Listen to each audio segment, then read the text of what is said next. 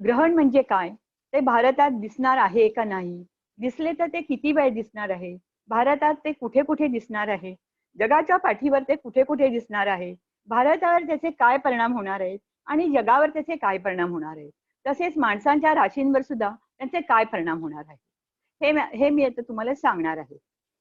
आता ग्रहण म्हणजे काय, तर ही एक भारतामध्ये घडणारी खगोलिक घटना आहे. ग्रहण म्हणजे ज्यावेळी सूर्य आणि पृथ्वी यांच्यामध्ये चंद्र येतो त्यावेळेला ग्रहण झाले असे म्हणतात. ग्रहण हे नेहमीच अशुभ असते, कारण ग्रहण झाल्यानंतर काही ना काहीतरी वाईट घटना पृथ्वीवर घडण्यास सुरुवात होते. आणि एवढेच नव्हे तर माणसांच्या राशींवर सुद्धा त्याचे अनिष्ट परिणाम किंवा काही वेळेला शुभ परिणाम सुद्धा दिसतात. तर ते ते मी तुम्हाला सांगणार आहे, नंतर सांगणार आहे. पण आता आपण ग्रहण कुठे कुठे दिसणार आहे ते बघणार आहोत. भारतामध्ये पंजाब, हरियाणा, राजस्थान, ऑस्ट्रेलियाचा सॉरी उत्तराखंडाखालचा काही भाग या ठिकाणी ते ग्रहण दिसणार आहे. आणि ते त्याचा आकार बांगडीसारखा असून ते कंकणाकृती दिसणार आहे. आणि उर्वरित भागामध्ये मात्र ते खंडग्रास दिसणार आहे. आता भारताच्या बाहेर ते ग्रहण कुठे कुठे दिसणार आहे ते मी तुम्हाला सांगणार आहे. तर आफ्रिका खंड, आशिया खंड, जर्मनी, युरोप, ऑस्ट्रेलियाचा काही भाग या ठिकाणी ते ग्रहण दिसणार आहे.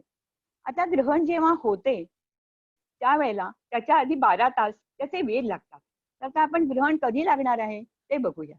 भारतामध्ये ग्रहण लागणार आहे ते 21 जून रोजी सकाळी 10:14 त्याचा मध्य होणार आहे 11:56 आणि मोक्ष होणार आहे 1:30. तर ह्याच्या आधी 12 तास म्हणजे शनिवारी 20 जून रोजी रात्री म्हणजे आषाढ कृष्ण पक्ष 30 रोजी रात्री 10:20 या ग्रहणाच्या वेदाला सुरुवात होणार आहे. आणि ते वेद कधी संपणार आहेत तर ते ग्रहण संपल्यानंतरच. आता ग्रहण आणि वेद म्हटले की त्या संबंधी आपल्याकडे बऱ्याच काही जुन्या समजुती आहेत आणि त्याचे काही त्यांनी नियम पण घालून दिलेले आहेत. ते नियम आपण पाळायचे असतात. परंतु काय आहे, आता धकाधकीच्या जीवनामध्ये हे नियम कोणी पाळतं का नाही हे काही मला माहित नाही. परंतु ते नियम काय आहेत ते मी तुम्हाला आता सांगणार आहे.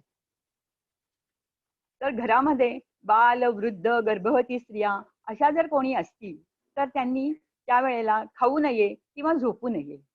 देवपूजा करावी, जपजाप्य करावं, नित्यकर्मे करावी आणि घरात जर काही शिळे अन्न वगैरे उरले असेल तर ते झाकून ठेवावे आणि त्याच्यावर तुळशीपत्र घालून ठेवावे.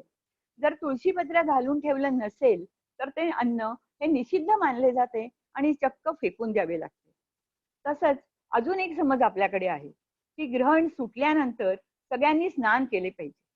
आता खरं म्हणजे ग्रहणाच्या काळात सर्व पाणी सारखेच म्हणजे गंगेसारखे पवित्र आहे असंच म्हणायला पाहिजे. पण तरी सुद्धा काय आहे, उष्णोदकापेक्षा शीतोदकाने जर अंघोळ केली, स्नान केले तर ते अधिक चांगले असं म्हटलं जातं. आता असंही म्हटलं जातं की नळाच्या पाण्यापेक्षा वाहत्या पाण्यामध्ये स्नान करावे. आता वाहते पाणी म्हणजे काय, तर तलाव, सरोवर, नदी, समुद्र, नर्मदा नदी. आता नर्मदा नदीमध्ये स्नान करणे नाही जमले तर नेहमीचे आपण जेव्हा स्नान करतो तेव्हा नर्मदेचं नुसतं स्मरण केलं पाहिजे. ते जर केलं तर तेवढंच त्याला पुण्य मिळतं असं असं म्हटलं जातं. आता 21 जून रोजीचं ग्रहण आणि हा कोरोना याचा काय संबंध आहे हे मी तुम्हाला सांगणार आहे, पण ते सगळ्यात शेवटी सांगणार आहे. आणि आता मी बोलणार आहे ते आपल्या 12 राशींविषयी. तर आता मी सुरुवात करते मेष राशीपासून. मेष राशीला जे ग्रहण लागणार आहे ते तृतीय स्थानामध्ये. तृतीय स्थान म्हणजे अष्टमाचे अष्टम स्थान म्हणजे धाडस आणि पराक्रम. परंतु मेष राशीच्या जातकाला बहिणी भावंडांची कारण ते बहिणी भावंडांचं सुद्धा घर आहे, त्यामुळे त्यांची काळजी घेणं, त्यांच्याशी भांडण तंटा न करणं, त्यांच्याशी वादविवाद न घालता, लढाई न करता त्यांची काळजी घेणं हे त्यांचं कर्तव्य होऊन बसतं किंवा ही त्यांना काळजी घ्यावी लागते या महिनाभराच्या पिरियडमध्ये.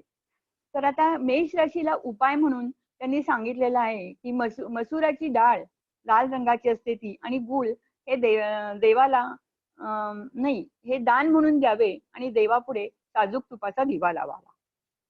तसेच आता आपण जाऊ वृषभ राशीकडे.